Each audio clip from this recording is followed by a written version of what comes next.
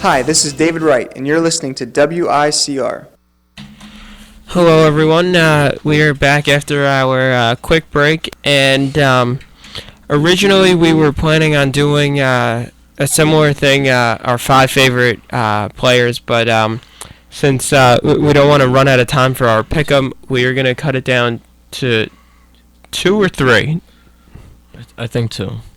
We can go more in depth on those 2 players, I think. Or do you want to? No, right, I do too. Me personally, I would prefer 3, but time's not on our side. We'll do 2, and if we can just throw the names out and at the end. What we could do is we could go 2 in depth and then maybe add 1 or 2 after that. All right, so Armand, you want to start it off? Obviously, I think we all know where one of these are going. It's going. Yeah, I'll start off. I'm going to go with the Cousins, my 2 favorite basketball players of all time. I'm going to talk about Vince Carter and Tracy McGrady. But first, I'm going to talk about Tracy. I'll leave my favorite for last. Tracy McGrady, Vince Carter's first cousin, my personal favorite small forward all time, high school player of the year in '97, went straight to the NBA. However, if he didn't go to the NBA, he was going to go to the University of Kentucky. Like his cousin Vince, but more to an extreme, he battled injuries, many injuries. He was a late bloomer in the NBA. He came in the draft in '97. Didn't fully impact the league until I'd say when he left the Raptors. His final season with the Raptors, he was alright. He was an impactful player. But when he decided to have his own spotlight instead of building with his cousin, he went to Orlando, which I think was a big mistake in both of their careers. I think Vince could have did a better job of keeping Tracy there, and Tracy, they could have worked things out, and I think that they would have won. I want to say definitely a ring, because at that time, if you're talking about when Tracy left, he was emerging. He was a mainstream superstar. He led the league in two separate years scoring titles. And from 2001, 2007, he was a 7-time All-Star. I want to say, I don't know exactly what year it was, but it was against the San Antonio Spurs, one of the most memorable games I've ever seen. And I actually watch it once in a while on YouTube to reminisce. Is when he scored 13 points in 35 seconds against San Antonio. And that was an insane performance. When Tracy's on a hot streak, he's basically inhuman. He cannot be stopped. He was just he was a rocket launcher. That's why he was on the Rockets, because he could just shoot whenever he want. And I mean, I wish that Tracy was stayed with Vince in Toronto. That's all I want to say. And I think they could have both had more illustrious careers together. Sean, what do you got? Well, for my first player on the top 2, my personal top 2, I'm going with the answer. Going with none other than Allen Iverson himself. He played point guard for some time of his career, not your traditional point guard, more of a scoring 2-guard mentality. However, in my opinion, pound for pound, one of the greatest players to ever play this game. And that's not just my opinion. LeBron James thinks the same thing. And now, I feel like everyone who loves basketball, you cannot, regardless of what you may feel about the way he handled certain situations off the court, you can't say you enjoyed basketball and did not enjoy Allen Iverson. 26.7 points per game, 4 scoring titles, taking that rat pack of a 76ers team to the NBA Finals. In my opinion, if they hadn't run into Kobe and Shaq, Iverson would have been a world champion right now. Make no mistake about it. First ballot Hall of Famer, in my opinion, and a heart of gold, which, in my opinion, could have been probably the biggest impediment about him, because he was loyal probably to a fault. However, taking all that into consideration, despite his flaws, you have to look at the certain things and certain paths he set forth. Even his former coach, Larry Bird, who's now down at SMU, said it. Iverson he made a cultural impact. To me, one of the biggest messages that he sent was, don't judge a book by its cover.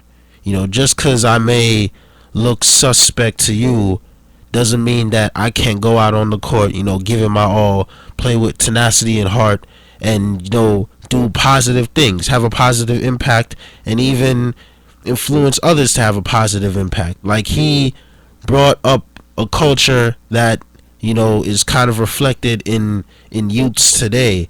And, none of that falls short of just his greatness. And I feel like his will to do positive things overshadows any negative things he may have done. Any of that. Arguably the best little man to play this game, I believe, and like I said, should have been an NBA champion.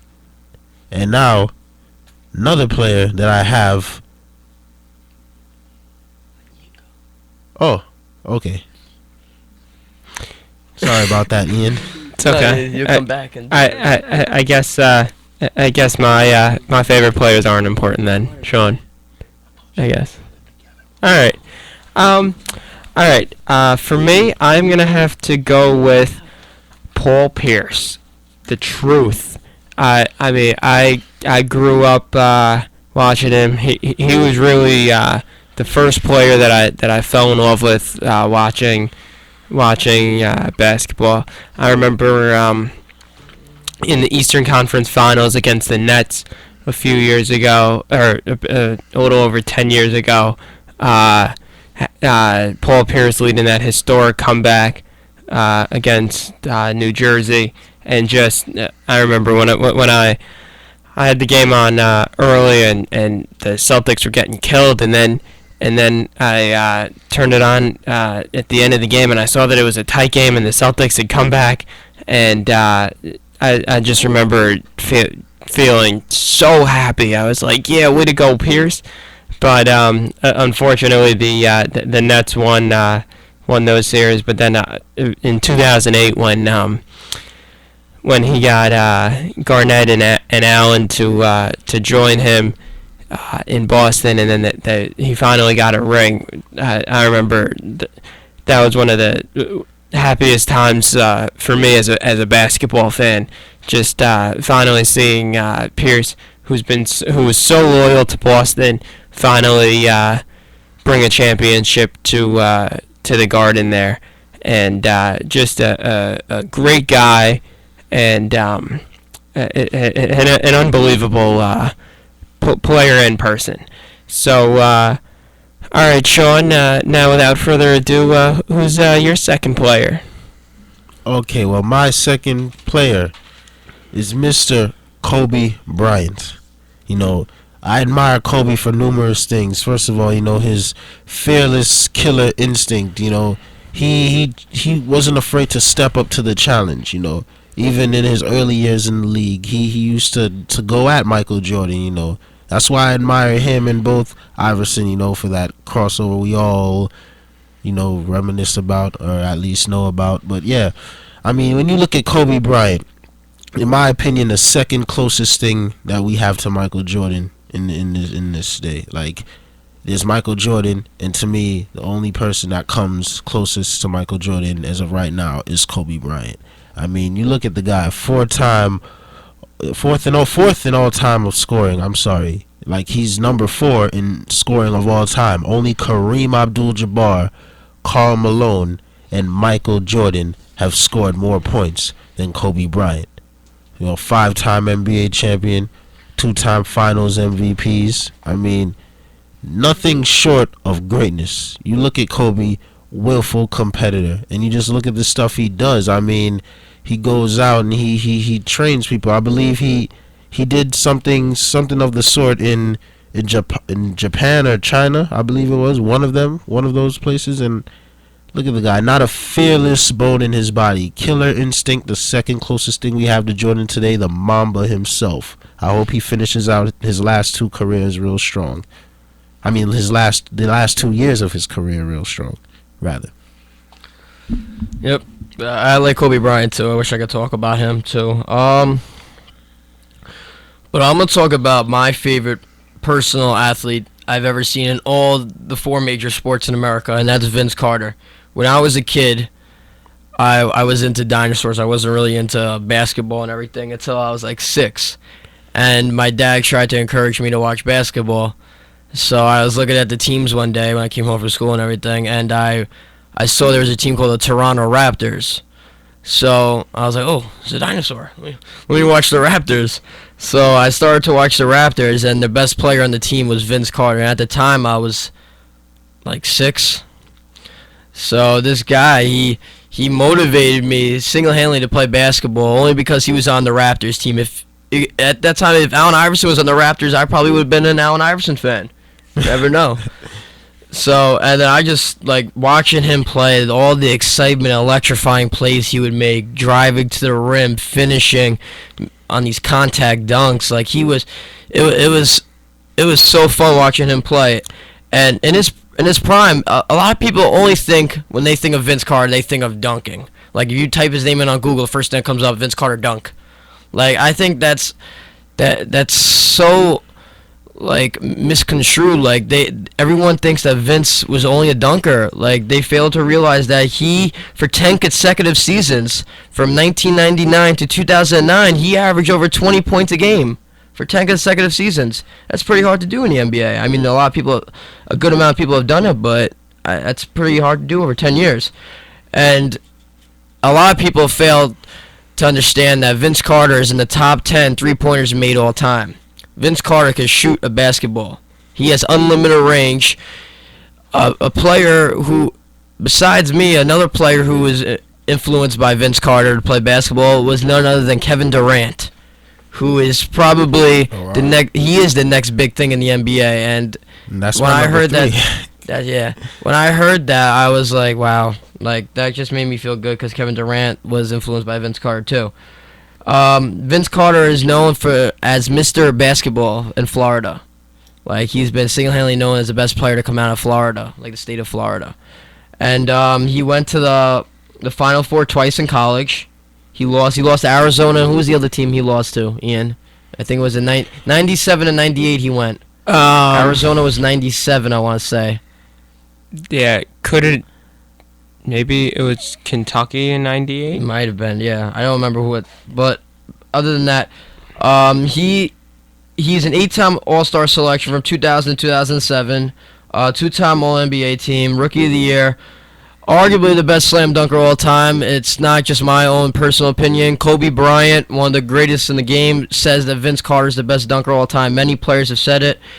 The only con about Vince Carter is he never won a ring.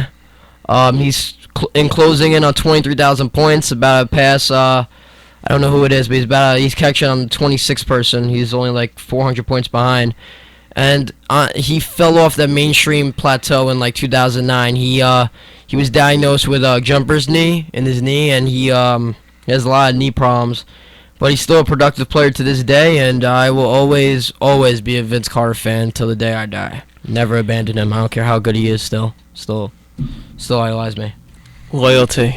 That's good. I'm going with for my second player. I'm gonna go with someone who knows a little thing about loyalty. Tim Duncan. Duncan's been with the Spurs his entire career, all 15 or so years, and 4 rings. And really, Duncan is just the consummate professional. He has never had a scandal break out about him, and he just looks like such a nice, refined, likable guy. And you can tell that whenever he's out there on the court, he's leaving it all out on the court, and just an amazing guy. Like, he looks like someone that you could definitely be friendly with, and he's so down to earth. And you know, if he walked in here right now, he would talk to everyone and just really be like a great guy that you could hang out with. And just Duncan is just such a likable guy, and I am a huge Duncan fan. My brother was actually like Duncan before me, and he was like, yeah, you know, Duncan's the man. And then he was like, just watch him out there. And then I really started to pay attention to Duncan, and I was like, wow, this guy is just such a great player and human being that really he has to be in my top two with Paul Pierce. So all right, we are running very short on this segment, so we will go just name one more player that you would put in your top three. For me, I would probably have to go Kevin Garnett. Defense. He's just such an intense human being. I love him. I would have said Shaq. Just dominance. That's all I'm gonna say. Sean? I would just go with the Durantula. You know, I mean, the man had a bad NBA Finals and still averaged 30 on better than 50% from the field, and I feel like he's knocking on the door of LeBron James. Yeah, Look out. Definitely. All right, Ian. All right. All good players in that segment. We will take a very quick break and be back with our pick'em and see you in a few seconds.